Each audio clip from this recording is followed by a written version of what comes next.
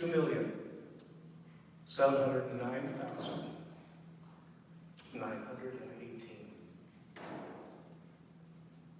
That's the number of men who went to Vietnam. 58,202. That's the number of men who did not come home from Vietnam. War changes a person. It changed me. It's what you see. It's what you do. It's how hard it is in every way. It's violence. It's carrying 50 to 60 pounds in a rucksack and multiple weapons as well. It's sweating so much that you seem to lose weight just standing still. It's mud and dirt and grime and groveling around in it. It's eating sea rations and every so often a real meal. Sometimes it's about boredom, but it's living in fear 24/7. It's fearing bugs and animals and snakes and centipedes that are half a foot long. But curiously, it's also about love of your fellow soldiers who are prepared to and sometimes do give their life for you as you would for them. Now, thankfully, most people never have to think in terms of giving their life for another. John 15:13. Greater love has no one than this, to lay down one's life for one's friends. Like all soldiers, I took an oath that's still sacred to me today. I, Stephen V. Seekins, do solemnly swear that I will support and defend the Constitution of the United States against all enemies, foreign and domestic, that I will bear true faith and allegiance to the same, and that I will obey the orders of the President of the United States and the orders of officers appointed over me, according to regulations and the Uniform Code of Military Justice. So help me God. Now, I could spend this morning talking about a whole list of traumas and actions and ambushes and firefights and experiences of war and combat. But I can boil all that down to the fact that the simple, stark, and ugly truth is that the Army and any branch of the military taught me how to kill people. And I confess something I have never said out loud before. But like my fellow soldiers, when the need was there, I was pretty good at it. And that fact leads me to mention what it was like to have learned in my first 23 years of life a whole set of faith-based moral values that, as you can imagine, had nothing at all to do with killing people. In fact, the exact opposite was true. Thou shalt not kill. So 45 years after my return from Vietnam, I learned a therapy term, moral injury. Simply said, moral injury is the concept that you develop a set of moral values that as a soldier, you end up violating. And that leads years later to realizing how injured you are by that violation of your values. And if it wasn't for my faith values overcoming my moral injuries, I would have been truly lost. So this morning is the very brief backstory of my service in Vietnam 51 years ago, and how my faith lifted me up regularly. And then between our services, I'll be talking about my trip back to Vietnam in March of this year. I took 3 books with me to Vietnam. All of them given to me by Salem Lutheran Church. A Bible, a New Testament, and a Lutheran book of worship. Once I got to the Phu Bai combat base near Hue and became a squad leader, several of my brothers and I started to pray together regularly in the evenings in our hooch. And even if we were out in the bush, if it was safe to do so. Our evening prayers started with just 3 or 4 of us, and then other guys in our hooch joined us. Then guys from other squads began to show up. And that led to creating a Sunday worship service, which included, not out of the Lutheran book of worship necessarily, a modified order of worship, reading Bible verses, reciting the Lord's Prayer, talking about our actions during the previous week, and how we saw the Lord's hand in them. And also talking about how to remain committed to our faith at a time where almost everything argued against that. Pretty soon, for the Sunday service, because we needed a bigger space, we moved to a chapel that had been built in hopes that there would be a chaplain to come and conduct services. So before a chaplain arrived, we had about 50 guys attending our little makeshift Sunday service. Somewhere along the line, we felt the need to have communion. Of course, there was no ordained minister to bless the elements, so we just paid no attention to that and did it anyway. I had managed to secure some wine on a trip down to Da Nang, and we had bread and crackers from our sea rations, so it all worked out really well. About 30 years later, after I came home, I was still having an enormous amount of guilt of having created a communion without having the elements blessed. And so one day, I was talking to Pastor Dale Banky, and I was, amongst other things, kind of confessing this whole terrible notion that the elements hadn't been blessed for communion. And when I finally drew a breath, Pastor Dale looked at me and he kind of leaned forward as only he could with that little twinkle in his eye, and he said, "Steve, it's okay." That just lifted this big burden off of me.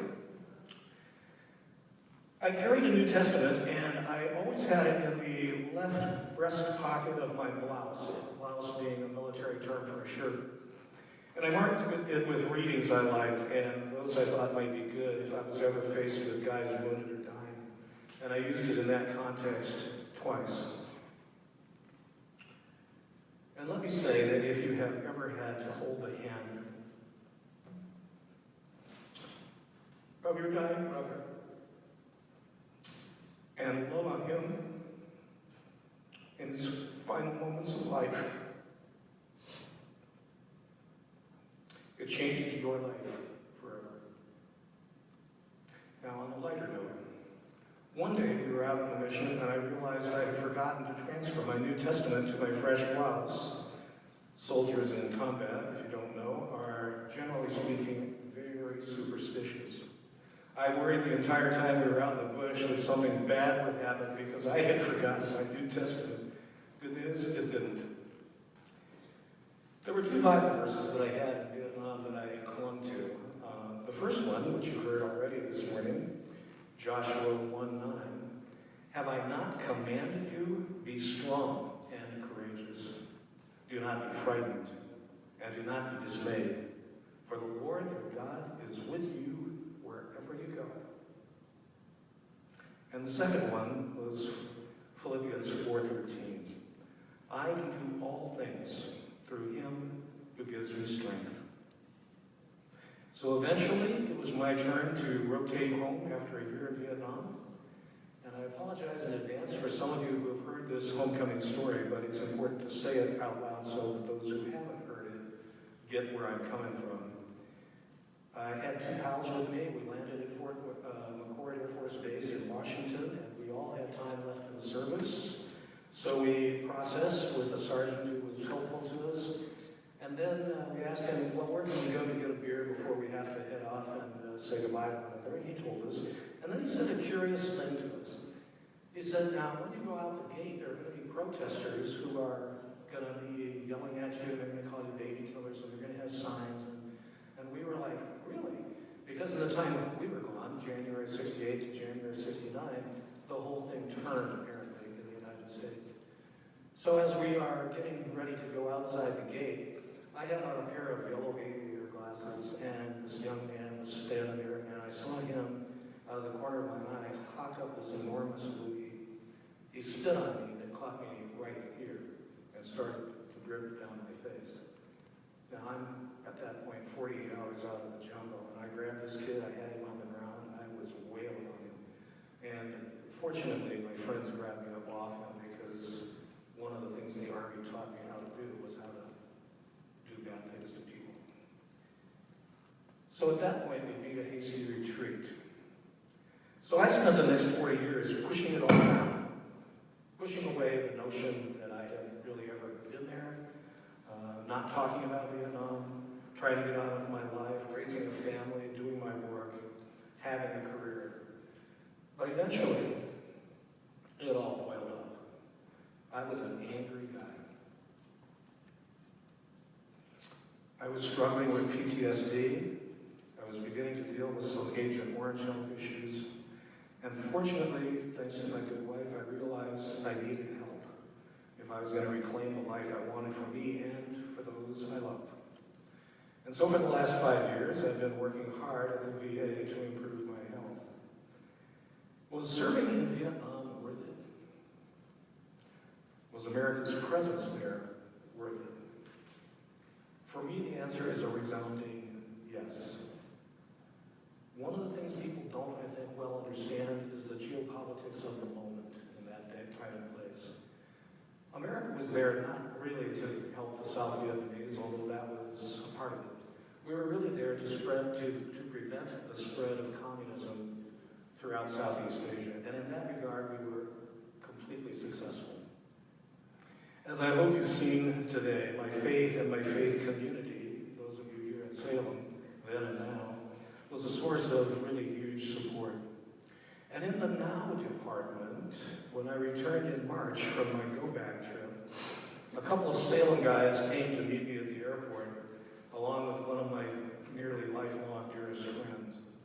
And when they grabbed me up and brought me home, I rounded the corner on our block to look ahead and see something on the order of 50 people in my driveway, from not only Salem, but all walks of my life. It was very special, very healing, really a big difference, as you now know from my homecoming story 51 years ago. Sometimes people are wont to suggest that I am in some bizarre way a hero for my service in Vietnam, and I always reject that notion. There were many very real heroes in Vietnam, and while I'm definitely not one of them, I had the pleasure and great honor of serving with some of them and loving and respecting all of them. So about a year and a half ago, my sister asked if I thought I was ready to make a go-back trip to Vietnam as part of my healing process, and she wanted to make it happen for me. Of course, I said yes. It was amazing. Now I'm going to stop there. You have to come to the second part, which starts at the end of the service if you really want to hear about our trip to Vietnam. So I learned in the last 5 years to thank God for my life, my family, and my faith community here at Salem. God has truly and richly blessed me. And now may the peace that passes all understanding be present in our hearts and minds